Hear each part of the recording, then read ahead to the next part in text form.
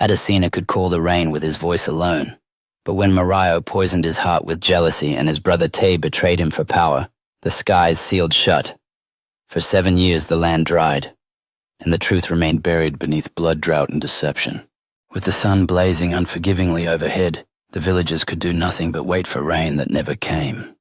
Taye, reveling in his newfound authority, felt no remorse as he feasted on the riches acquired through treachery, while Adesina's cries for help echoed unheard. As hope faded, Adesina's pleas turned to whispers that danced through the dry air, reaching only the ears of those who thrived on pain.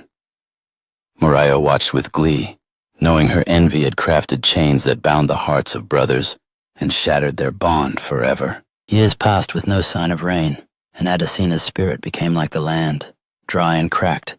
Taye's ambition festered, feeding on betrayal, as he sought to crush any remnants of brotherhood that lingered in the heart of their kingdom. In a moment of desperation, Adesina cried out once more, his voice piercing the silence like a beacon of defiance against the storm brewing above. As thunder rumbled in the distance, the villagers looked up, their hearts pulsing with fragile hope, praying that rain would finally wash away their suffering. As the first drops fell, the earth seemed to breathe again, soaking in every precious drop of rain.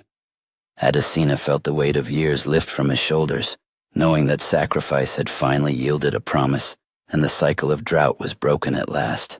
The village erupted in celebration as the rain poured down, a long-awaited blessing that surged hope into weary hearts. Taye, stripped of his power by nature's reclamation, watched helplessly as the unity of his people washed away the darkness he had sown. As Adesina basked in the rejuvenating rain, he understood that this was not just a victory over drought, but a reclaiming of his brotherhood ripped apart by greed.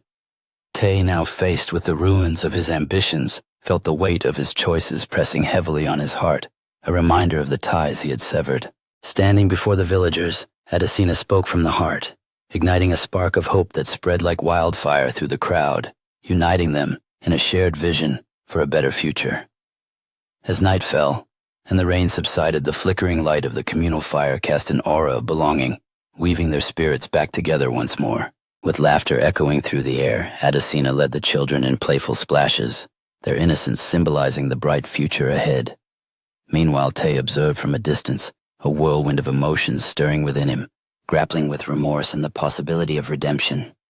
As twilight descended, Adesina listened to the elders' stories, each word resonating with wisdom that fortified the village's spirit and commitment to one another.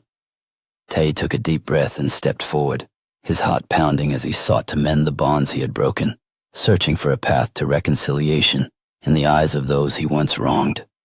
Gathered around a table filled with food and laughter, Adesina galvanized the villagers, each voice contributing to a powerful chorus of plans for a brighter future.